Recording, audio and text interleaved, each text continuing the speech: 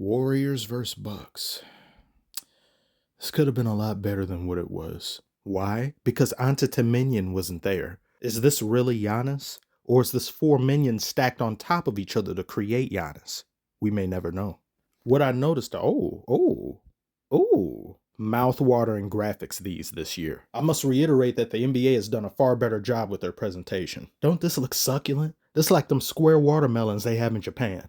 I could just be hungry. I think I forgot to eat something today, but it's too late to eat now. It's too late. The Warriors just didn't get them. All right. The Warriors just didn't look themselves. Their body language was off. They looked sluggish defensively. They looked like a team that was about to head into All-Star break. And due to this unfamiliarity and groggy, stiff play, they lost at the hands of a Mr. Ryan Rollins. I guess you could say he gave them some R&R. What kind of gave you the confidence that you were going to be the one that took the most shots tonight or found the most shots? Or I think the shots just presented themselves, shooting my shots. All the shots that I shot. Shooting shots, shoes and socks, shocking lyrical knots, shooting glocks, choosing plots to snooze and rot. Bang! I couldn't resist. I'm sorry. All the shots that I shot today, I work on. I wish I could say the same. 32 points, 8 assists for him on 5 of 7 from the three-point line.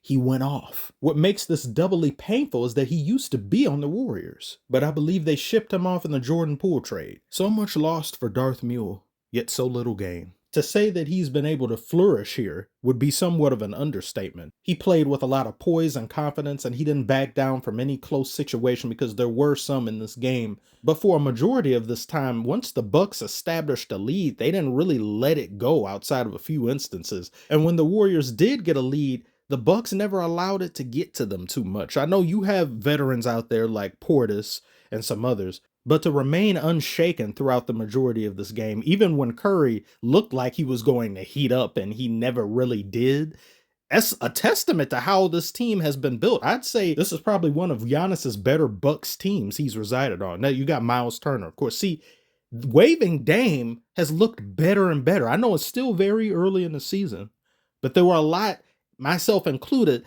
I mean, I mostly lamented it because I wanted that duo to work so very much, and it just, a combination of fate as well as just untimely injuries just didn't make it so.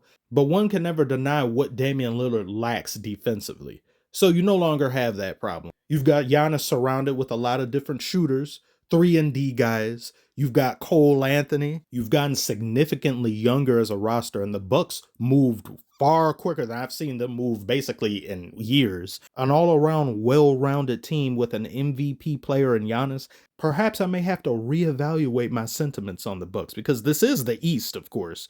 This team can definitely end up in a top 3 position and can quite possibly make a beeline to the finals since the East is as open as it's ever been in history. The West, on the other hand, is the complete opposite, and I have extreme reservations on the Warriors. If the finals were to begin next week or the week after, maybe even a month from now, I'd give the Warriors a fair shot, but this roster surviving an entire season and not breaking down when you've got 4 players over the age of 35 in your starting lineup? Sure, they're not entirely decrepit. You have Kuminga, who you've now decided to remove from the friend zone.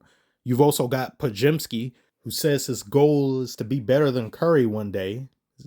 It's just great to have confidence. I mean, as Marvin Gaye and Tammy Terrell saying, ain't no mountain high enough. Whoa, what type of penny back throw was that? Then go look up. God's saying he ain't got the answers. He'll pray for you, though. Then go shake hands after that. If it were me, I'd be like, don't touch me. I don't want what you got that made you do that. I don't think you have the facilities for that, big man. Wemby is taller than you as you are taller than Davion. Is that sort of mind-blowing? That he's 7'5", that, usually you tend to be the tallest person in a room when you enter. I'm usually not the tallest person on the court anyway, so it doesn't matter to me. Obviously, Davion's got a lot of heart over height, so that's our mentality. What's it like for you just to look up to someone, though, like that much of a... What is Nardwuar talking about? There's people that was giving Bam flack for disrespecting Wemby. What honestly would you say to questions like this? He's so tall, you're so not as tall. You're like lowercase t and he's uppercase t, it's just, you're small, short, you're short. Shut up. This reminded me of that reporter that asked that dumb question to Kyrie when he was still on the Cavs with LeBron and said, what type of parental role did LeBron play for you? What? Hey, ma'am, where are your parents? Because I need to call them to come get your ass. This isn't as bad as that, but still, like, what more do you want me to say? He's tall, I get it. Bam then proceeds to dunk, kinda, halfway dunk on Wembanyama. But then Wembanyama gets his get back and blocks the hell out of him later. And wins the game. That's the best revenge you can get. This looks like an NBA 2K skill issue. Whenever something like this would happen, we would just say, I was lagging, input lag. This was also a very good game. And I also must change my reservations about the Heat.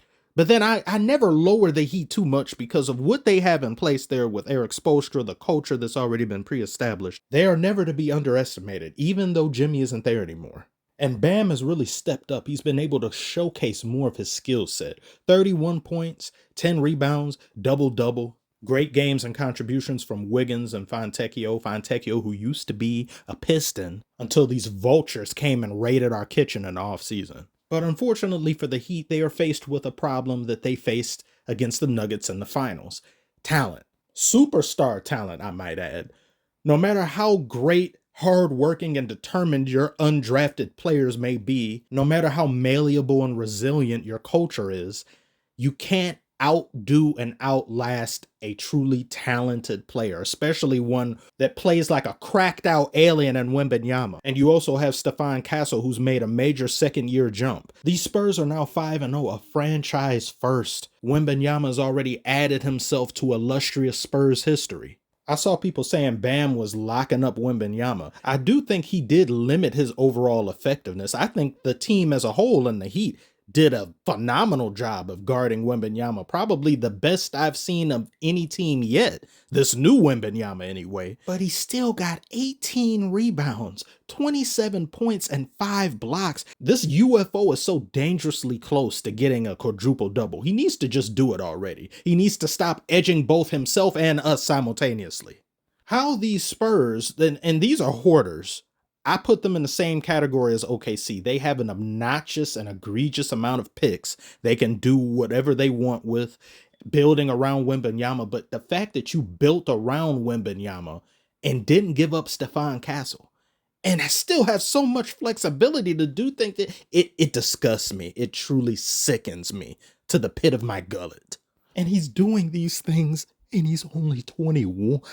I've never seen something like this before. I need to get that glazed video for Wembanyama processed immediately. Sooner rather than later, hopefully. In closing, despite the lack of Giannis, these were still both really great games, and I very much look forward to and salivate the day that Wembanyama and Giannis face each other again. Oh, that's peak cinema right there. I remember the last time. I think I made a video on it before. Yeah, that was great. But this Wembanyama is different. He's more relative to Giannis now than even people who glazed the hell out of him last season expected him to be. If you happen to catch either of these games, share your thoughts about it. What did you think about the individual performances from players, as well as the NBA season thus far? Like and subscribe if you are new. Thank you all so very much, as always. Appreciate you for watching thus far. And it is now time that I try to sleep as best as I can, as I have more physical therapy tomorrow, and then afterwards I have to take Micro Bro trick-or-treating.